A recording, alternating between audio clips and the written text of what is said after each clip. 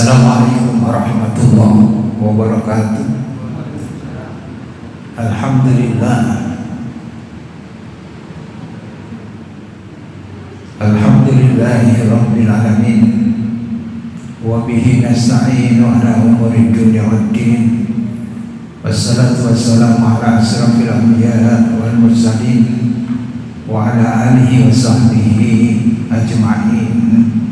Rabbi shrah li sadri wa yassir li amri wahlul 'uqdatam min lisani yafqahu qawli, amma ba'd. Puji syukur kita panjatkan kehadirat Allah Subhanahu wa taala. Pagi hari ini kita tetap semangat dipertemukan kembali di majelis yang dimuliakan ini dalam keadaan sehat walafiat jasmani rohani kita. Allah masih tetap membimbing kita dengan hidayah.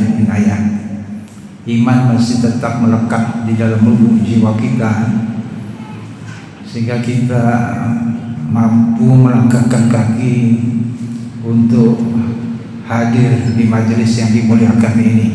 Mudah-mudahan kehadiran kita membawa keberkahan di dalam kehidupan kita, dan Allah senantiasa menambah rahmatnya sehingga kita dapat mengakhiri hidup ini dalam keadaan yang seperti ini, yaitu akhir hidup yang husnul khotimah. Amin ya rabbal alamin.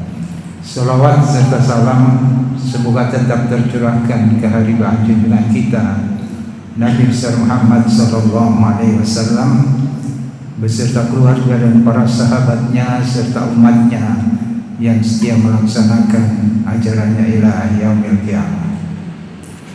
Jamaah sekalian, kita berdoa untuk saudara-saudara kita yang tengah diberi musibah oleh Allah Subhanahu wa taala di daerah Jawa Timur ini, di wilayah Provinsi Jawa Timur itu ada di daerah Lumajang, Malang Selatan sampai ke Trenggalek. Sedikit informasi bahwa yang kita ketahui kalau di Malang Selatan itu yang dulu mereka Muslim ya. Lalu ada proyek-proyek untuk memurtadkan mereka. Ya, di Malang Selatan itu berbeda dengan dulu ketika kita ke sana. Jadi yang orangnya tetap sarungan, kopiahan, tapi gak sembahyang, itu aja. Performanya sama ya seperti dulu, memang kebiasaannya pakaiannya itu. Ya enggak nanti pakai jas gitu ya, enggak ya tetap begitu. Musolanya ya tetap ada, tapi tidak ada azan di situ. Karena mereka sudah murtad semua. Naudzubillah. Tapi ada beberapa teman-teman kita dari lembaga-lembaga dakwah itu yang mendirikan tempat-tempat untuk dakwah di Malang Selatan yang dulu mereka Muslim, saudara-saudaranya hendaknya kembali lagi ya, beriman kepada Allah Subhanahu wa taala. Kita doakan mudah-mudahan saudara-saudara kita senantiasa dibimbing hidayah Allah Subhanahu wa taala. Amin ya rabbal alamin. Mudah-mudahan Allah memberikan ketabahan, kesabaran, keselamatan serta dikuatkan imannya, dan musibah itu diganti dengan yang lebih baik. Amin ya rabbal alamin. Jamaah sekalian, apa yang kita bicarakan pada pagi hari ini, ada seorang Badui yang pernah bertanya kepada Rasulullah sallallahu alaihi wasallam, dan pertanyaannya itu vulgar. Mata sa'ah. Jadi sahabat-sahabat Rasulullah itu senang kalau ada Badui itu menghadap Rasulullah, karena pasti sekali sungkan-sungkanan gitu. Ya. Ditanyakan mata sa'ah, kapan wahai Rasulullah kiamat? Maka ono angin kan apa takon kiamat gitu. Ya. Maka tidak langsung dijawab oleh Rasulullah karena mungkin ada kesibukan yang lain, masih sholat dan lain sebagainya. Lalu setelah itu dicari orang yang tanya, mana yang tanya gitu. Nah, takon kiamat. Lalu Rasulullah mengatakan, tidak menjawab kiamat itu nanti hari ini, tahun ini, bulan ini, tidak. Tetapi dikatakan apa yang sudah kalian persiapkan untuk menghadapi kiamat. Bahwasanya 14-15 abad yang lampau itu Rasulullah SAW sudah memprediksi berkait dengan kiamat ini. Ada sebuah hadis, ada panduan hidup untuk di akhir-akhir zaman itu ya, secuplik saja ya. Tentunya masih banyak ya yang sikap yang mesti kita perbuat ketika kita berada di zaman yang seperti itu, yaitu kehidupan akhir zaman. Sebuah hadis dari Abu Dawud dari Abdullah bin Amr bin As, yaitu putra dari Amr bin As radhiyallahu anhu. Satu ketika Rasulullah sallallahu alaihi wasallam bersabda kepada Abdullah bin Amr bin As.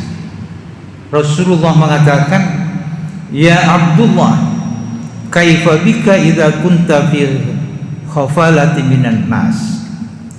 Wahai Abdullah, bagaimana sikapmu? Nah, ini pertanyaan Rasulullah. Kalau kamu berada di sebuah masyarakat yang rusak. Nah, ini jawaban pertanyaan untuk kita semua ya. Jadi petunjuknya nanti seperti apa? Bagaimana sikapmu kalau kalian itu berada di tengah-tengah masyarakat yang rusak? KPU kapan disuap, KPU bujuan, misalnya gitu ya. Jadi kita berada di situ, lalu sikap kita seperti apa? Apa melok-melok nerimo gitu, suapan itu, apa melok-melok yang bujuan barang. Nah, ini pentingnya. Nah, ilmu dari Rasulullah Sallallahu Alaihi Wasallam, yaitu masyarakat yang juga penuh maksiat di situ. Jadi tidak bisa untek, nah ya. Jadi apa itu? Apa istilahnya? Istilah Jawanya itu mereka melok rusak ya. Apa itu? Apa istilahnya itu? Nah, Pak Harto pernah mengucapkan itu dulu ya. Nah, kata Rasulullah Sallallahu Alaihi Wasallam, "Qad marijat ruhuduhum wa khaffat amanatuhum wa kanu hakadha."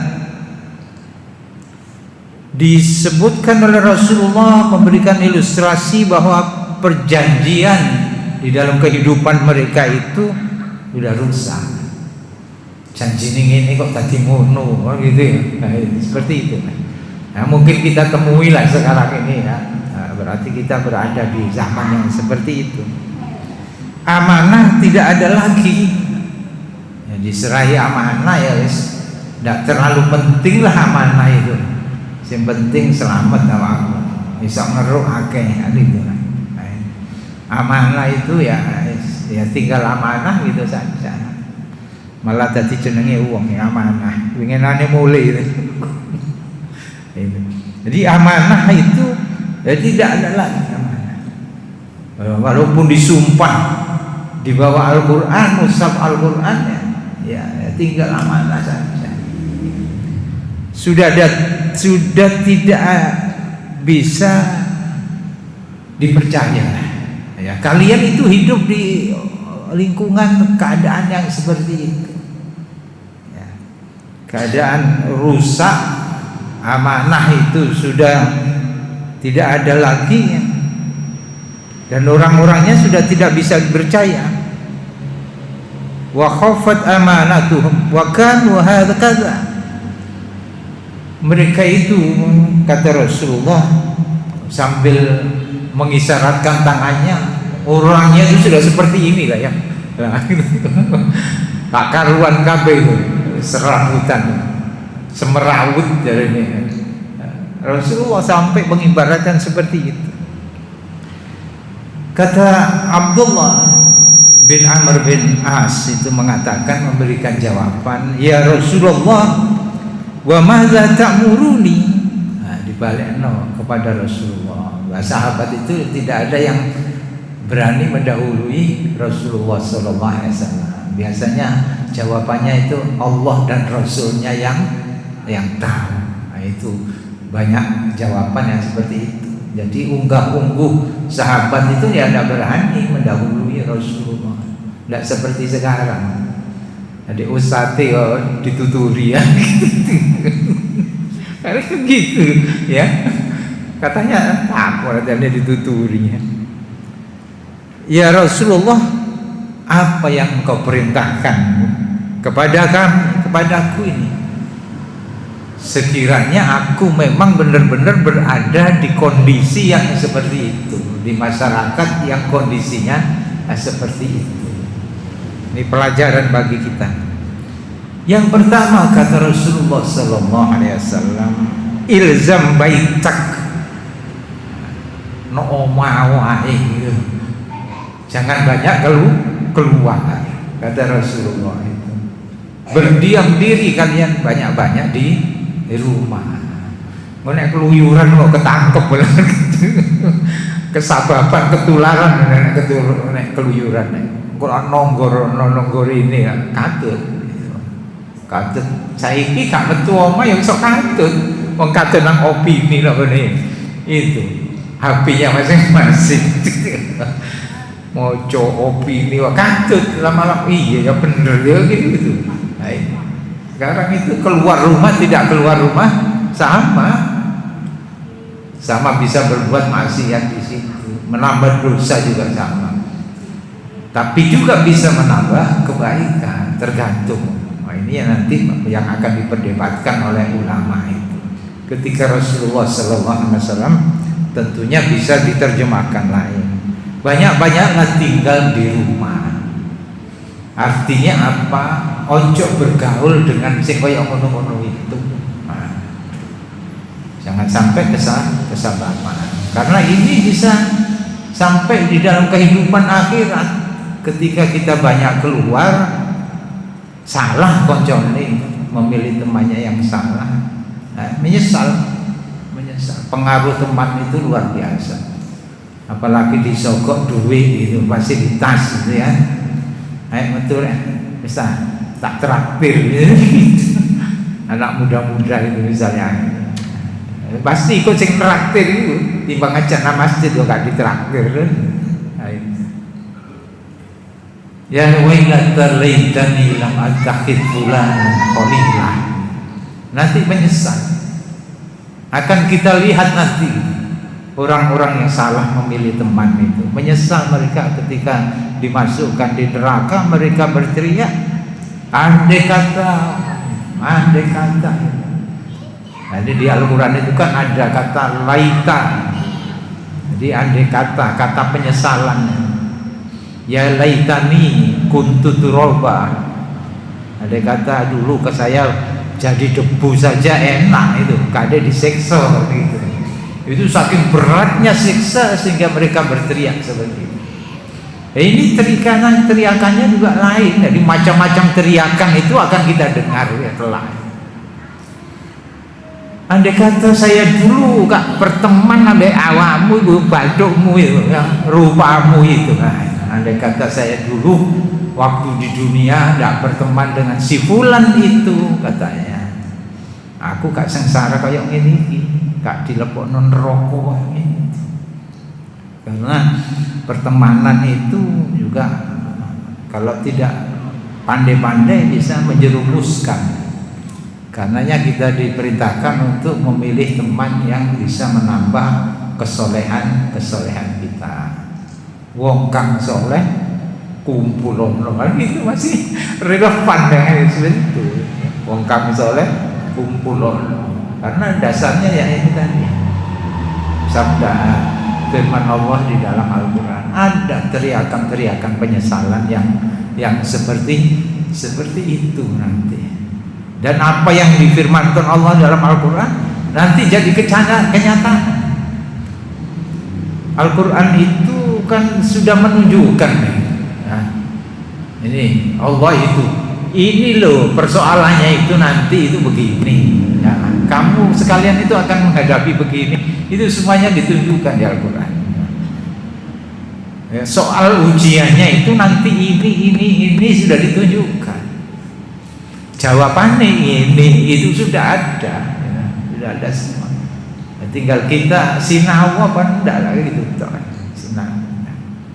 Dan kebanyakan gak sinau atau dinafikan gitu saja. Sekarang melo Al-Quran gitu. Itu ada semua. Jadi ini bisa diterjemahkan itu banyak-banyak di rumah. Itu jangan sampai kita itu kena katut-katut di dalam kehidupan yang seperti itu. Ilzam baitak wa khudma tu'rif wa da'ma tunkir. Ada dua. Jadi yang pertama banyak-banyak tinggal di rumah. Yang kedua pesan Rasulullah Sallallahu Alaihi Wasallam ini perlu berpikir ya, wawasan ya. Jadi kita berilmu, paham tentang syariat itu ya, di sini gunanya nanti hidup di akhir zaman itu seperti itu. Ambil yang engkau ketahui itu ma'ruf.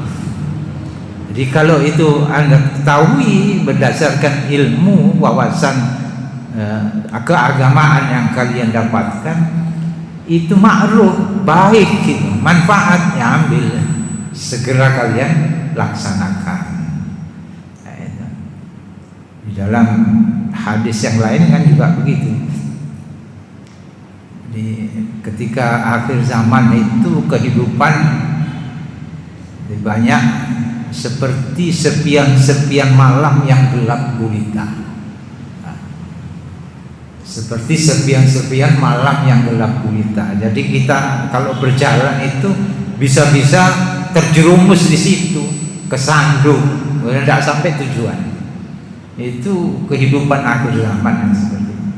Banyak yang rintangan, bahkan kita tidak tahu jalan. Nah, seperti itu. Rasulullah membuat ilustrasi.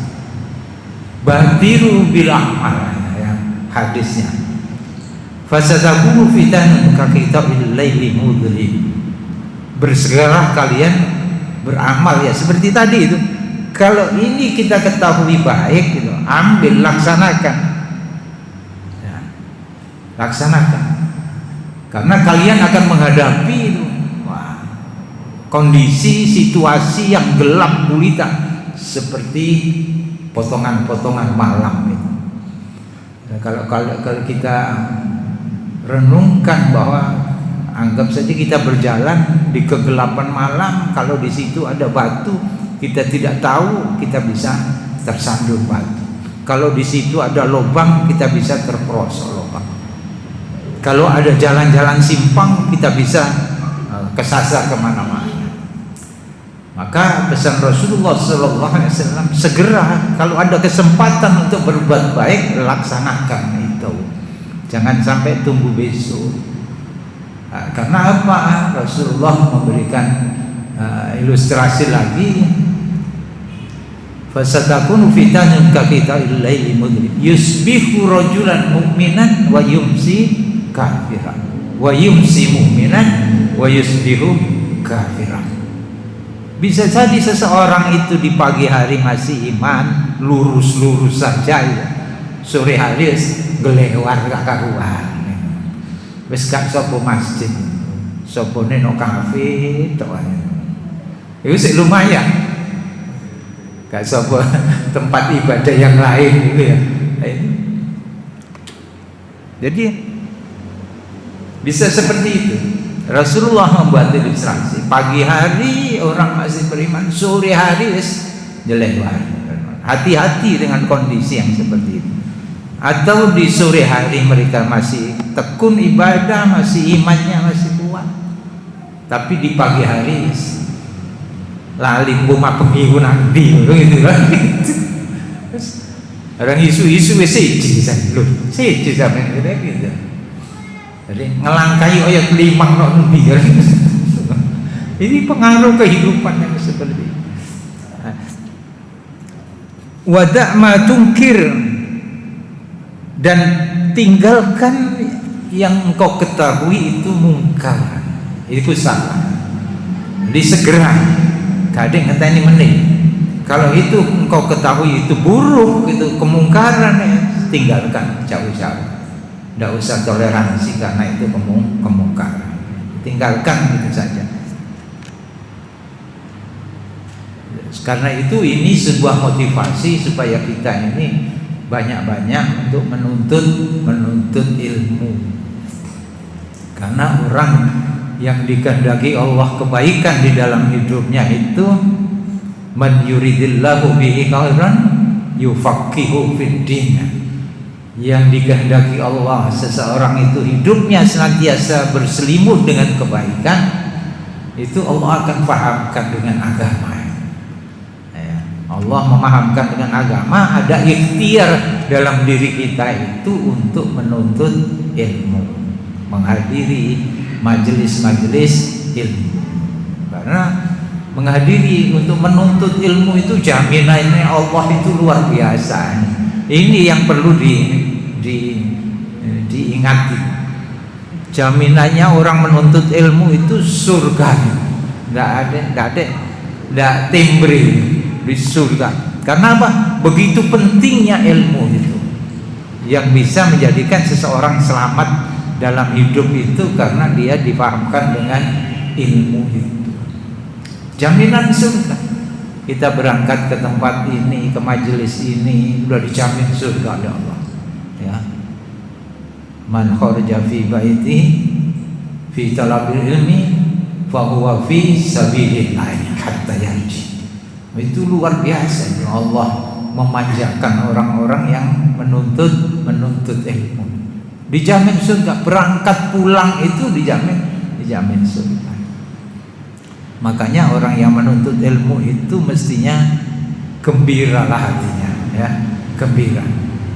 Dan bisa berangkat, ditakdirkan Allah untuk bisa berangkat menuntut ilmu itu gembira hati. Karenanya ketika hadir di majelis-majelis ilmu, Allah menurunkan ketenteraman di dalam hati itu. Nah ini kalau tidak paham ya, berangkat menuntut ilmu ya sini ngersul lodok ya, mesti gembira itu, gembira. Orang yang gembira itu nanti akan mudah otaknya juga menerima informasi, menerima ilmu. Itu ya berkait semua. Coba berdudut lah kan 15 nih. Ya, ini. Jadi ini jaminan orang-orang yang menuntut ilmu, bukan belum lagi nanti dimudahkan jalannya ke surga. Ditinggikan derajatnya dibandingkan orang-orang lain. Banyak. Jadi keistimewaan, hikmahnya, fadilahnya, keutamaan orang-orang yang menuntut ilmu. Hanya saja memang setan itu kan banyak menggoda manusia, mempengaruhi. Sejak Buddha guys, awakmu loro kabeh. Padahal dia gak loro, paling kroso loro. Sejak Buddha guys, ngake sing gak teko gitu. Ya. Hingga ini menurunkan tekad itu, menurunkan semangat. Jadi tidak kita mulai dari kita berangkat cek podo semangat gue kan gitu. Nah. Kemudian itu tadi ada dua hal, kalau itu ma'ruf, kalau itu baik langsung segera amalkan. Kalau itu kamu lihat kemungkaran itu, kemaksiatan, kedurhakaan, tinggalkan segera. Karena tidak ada waktu lagi untuk berbasa-basi di zaman-zaman yang seperti ini. Kemudian dilanjutkan hadis ini, wa 'alaika bi khasatin nafsik. Jadi di zaman seperti itu nasihat Allah Rasulullah sallallahu alaihi wasallam,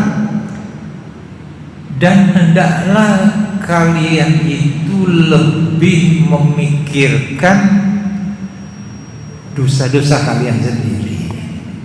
Jadi sibuk dengan apa yang ada pada diri kita, menyibukkan diri untuk metani awake dhewe. Jadi zaman-zaman yang seperti itu karena ini berpacu dengan zaman, dengan waktu. Tidak ada lagi kesempatan. Hanya berbenah diri, wawasan, ilmu agama itu ya kita di saat-saat masih normal itu kita perbanyak, sehingga akan manfaat ketika dihadapkan dengan kondisi situasi yang seperti ini. Wa alaika bihasatin nafsik, hendaklah kalian itu lebih memikirkan dosa dan kesalahan kalian. Nah, ini jadi artinya kalau kita itu memikirkan dosa, kesalahan, keburukan diri sendiri, kita akan tampil di hadapan orang lain itu tawadhu. Tawadhu.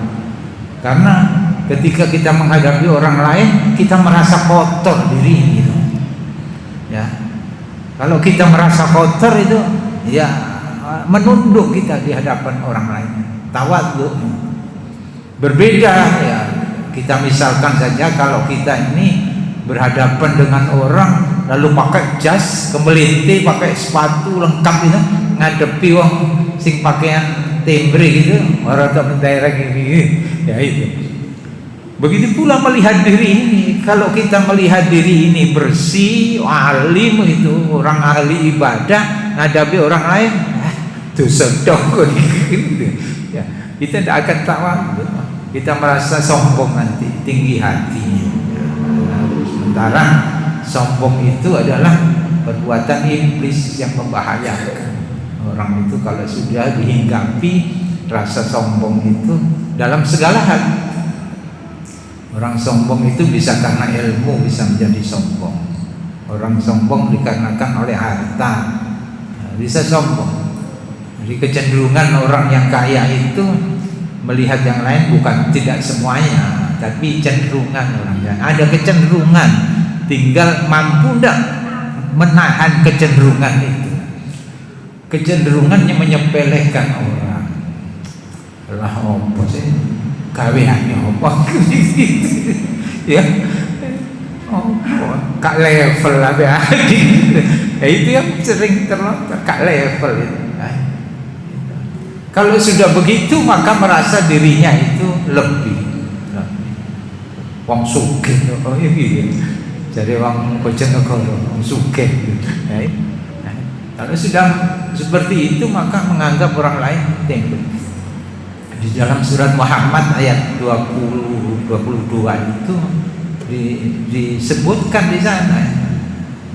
Wahal asaitum in tawallaitum am tufsidu fil ard wa tuqatti'u arhamakum. Jadi wong sugih, wong pinter, wong jabat, duwe jabatan itu cenderungnya memutuskan silaturahim. Ini kritik Allah. Jadi lalu kemudian membuat kerusakan di muka bumi itu artinya apa? Perbuatannya dewi ini itu dibener-bener dengan kaidah-kaidah yang mereka berbuat. Kalau rotok mentereng mana yo digalakno pasal-pasal sing iki ya bener gitu itu. Itu yang punya ini level-level di atas. Jadi nanti bisa dibaca ya, betul di surat Muhammad. Coba dibaca. Maka apakah sekiranya kamu berkuasa, kamu akan berbuat kerusakan di bumi dan memutuskan hubungan kekeluargaan. Mereka itulah orang-orang yang dikutuk Allah, lalu berbuat tuli pendengarannya, lalu dibuat tuli pendengarannya, dan dibutakan penglihatannya. Itu jadi orang yang suka menyepelekan orang lain itu adalah orang yang diberikan kekuasaan, kelebihan, kekayaan, kepinteran, kedudukan, cenderungnya seperti itu. Wong melarat itu ya wis nerimo ae, kawan melarat itu ada jodak itu ya ono melarat, sampai wong sugih enggak lah gitu. Aku mau sampai wong sugih itu karena melarat ya butuh wong sugih gitu lah. Uluran tangan, wong sugih dianggapnya karena butuhnya wong melarat. Lah sedekah nanti terusan kan gitu. Ya gak bisa mlebu swarga karena pasti butuh, saling membutuhkan. yang kaya menyayangi yang miskin, mengulurkan tangan sedekah bagi yang miskin juga begitu, menghormati yang kaya. Nah, ini sebetulnya di dalam surat Muhammad gitu. Jadi kecenderungannya seperti itu.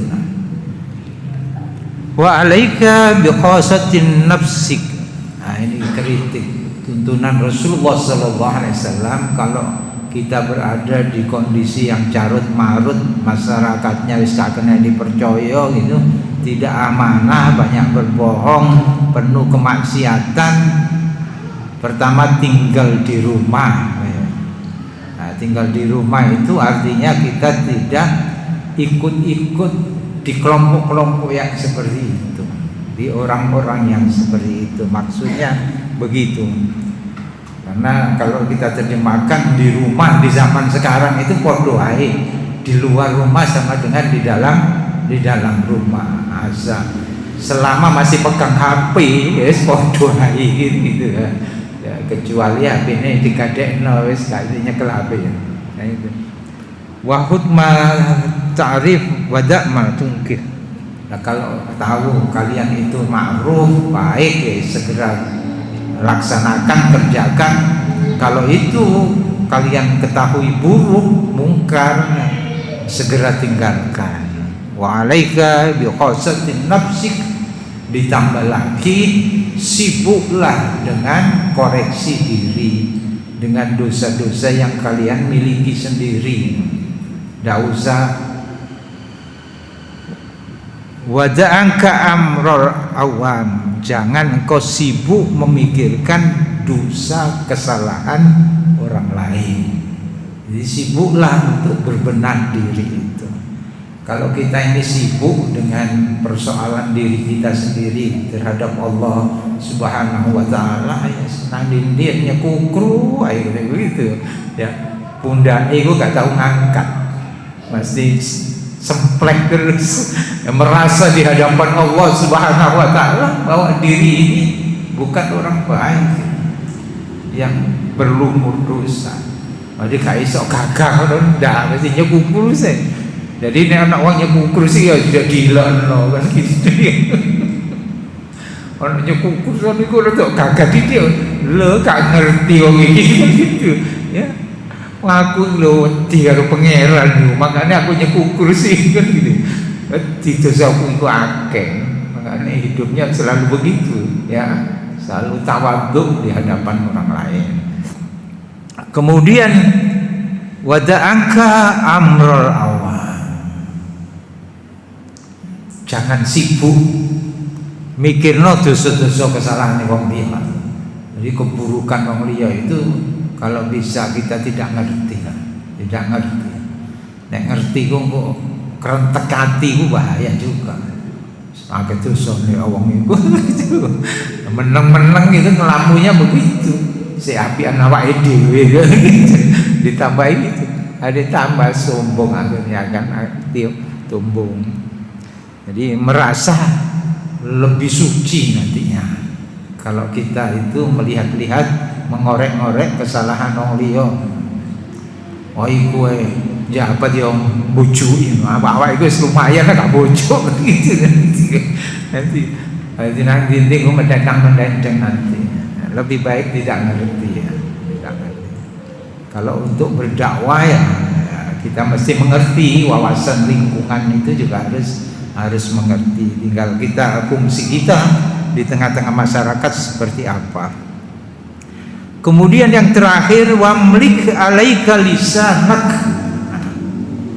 Pesan Rasulullah sallallahu alaihi wasallam, kalau kalian berada di situasi kondisi yang rusak seperti itu, maka yang bagus yang kalian lakukan itu tahan lisan. Ojo karekian nyocot aja gitu.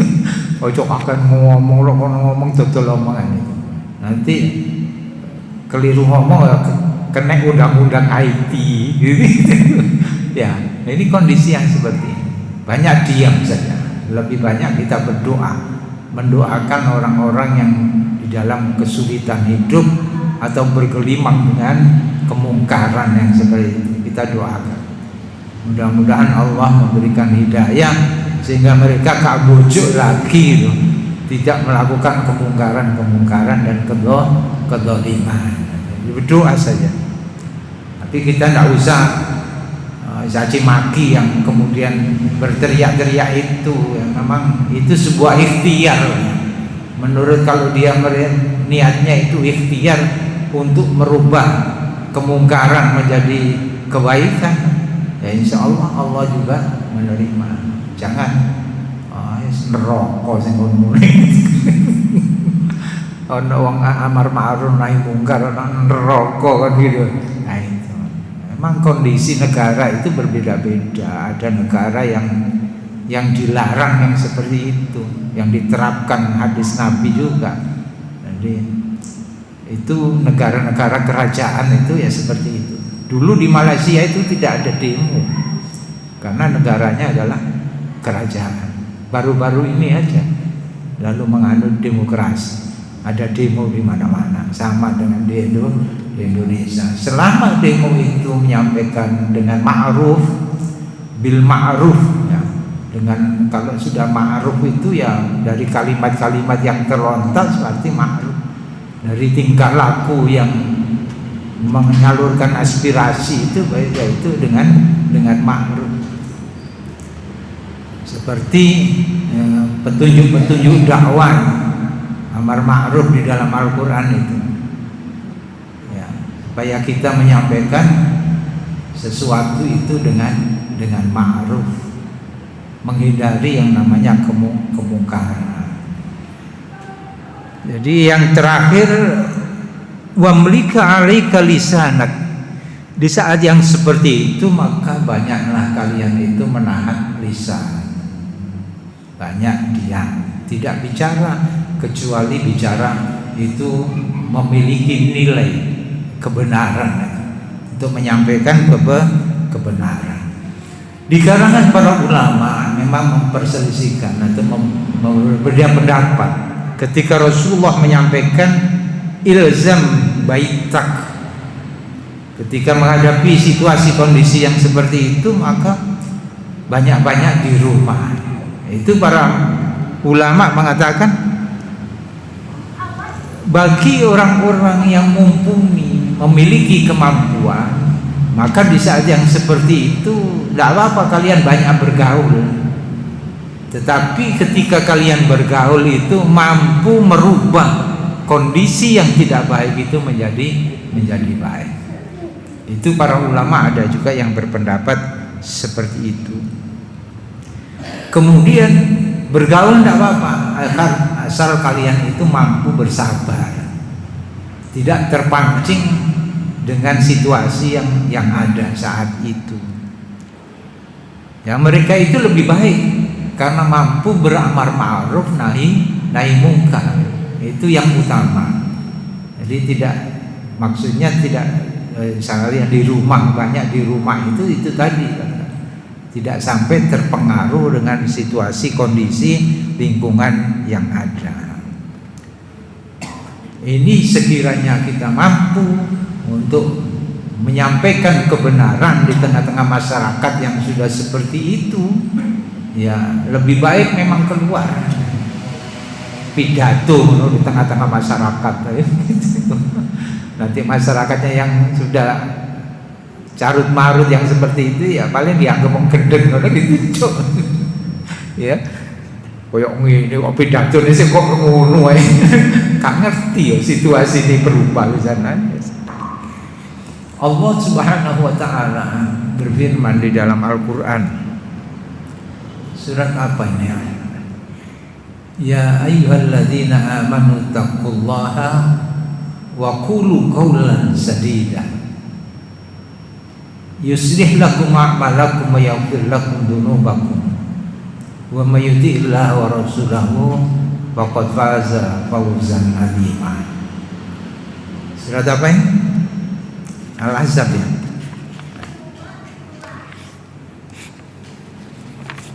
Wahai orang-orang yang beriman, ini Kalau kita memahami ini ya, semangat pasti. Bertakwalah kepada Allah. Jadi modalnya itu di saat yang seperti apa, kondisi yang seperti apa saja itu, kalau kita istiqomah di dalam ketakwaan ya selamat. Wa tazawwadu fa inna khairaz zadit taqwa. Itu kalau orang-orang nasihat untuk berangkat haji itu ya itu modalnya. Di dalam kehidupan juga begitu. Kalau kita ingin selamat ya takwa. Wa qulu qawlan sadida. Ditambah lagi kalau bicara itu bicara yang benar. Bicara yang benar. Bicara yang tegas dan benar, yang berkualitas. Jadi yang bicarakan itu adalah tentunya timbul dari hati yang bertakwa. Ya. Jadi bukan kemungkaran yang keluar, bukan mengolok-olok orang, bukan mencaci maki orang, tetapi sebuah kalimat-kalimat yang bisa menjadi nasihat. Mau'idhah hasanah. Mau'idhah hasanah itu adalah ungkapan kalimat yang bisa masuk ke dalam hati orang lain. Mau'idhah hasanah. Jadi kalau tidak masuk ke dalam hati ya bukan mau'idhah hasanah. Karena ada ngomong ngalor itu ya kamar pun hati. Itu bukan mau'idhah hasanah. Yuslih lakum a'malakum. Kalau itu kalian lakukan, bertakwa, lalu kemudian menjaga lisan ini tidak bertutur kata kecuali yang baik, benar, yang bernilai, maka Allah memberikan upah kepada orang yang seperti ini. Apa? Yuslih lakum a'malakum. Maka Allah pasti akan menambah perbuatan-perbuatan kalian itu semakin baik. Semakin baik. Karena untuk menunjang kalimat-kalimat kebenaran yang kalian lontarkan, asal agar kalian itu tetap istiqomah di dalam ketakwaan, maka Allah akan menambah kebaikan perbuatan-perbuatan kalian. Akan didukung oleh Allah. Jadi memang bisa kita rasakan kok, kadang-kadang kita ini bicara di luar nalar pikiran kita, padahal kita di luar pengetahuan yang kita ada, lalu kemudian terlontar begitu saja. Ya. Wa qulu qawlan sadida yuslih lakum a'malakum wa yaghfir lakum dzunubakum. Di samping amalan perbuatan kita dibaikkan oleh Allah, yang kedua dosa-dosa kita diampuni Allah Subhanahu wa ta'ala. Nah, ini upahnya orang itu yang bisa menjaga omongannya, lisannya itu. Kalau bicara senantiasa baik, maka Allah Subhanahu wa ta'ala akan menjadikan omongan itu menjadi baik terus, menjadi baik. Ketakwaan menjadi semakin meningkat dan dosa-dosanya akan diampuni Allah Subhanahu wa ta'ala. Mudah-mudahan Allah Subhanahu wa ta'ala memberikan kekuatan iman, senantiasa membimbing kita dengan hidayahnya, sehingga dapat menjalani hidup ini sesuai ridhonya. Amin ya rabbal alamin. Akhirul kalam, mohon maaf. Billahi taufiq wal hidayah. Assalamualaikum warahmatullahi wabarakatuh.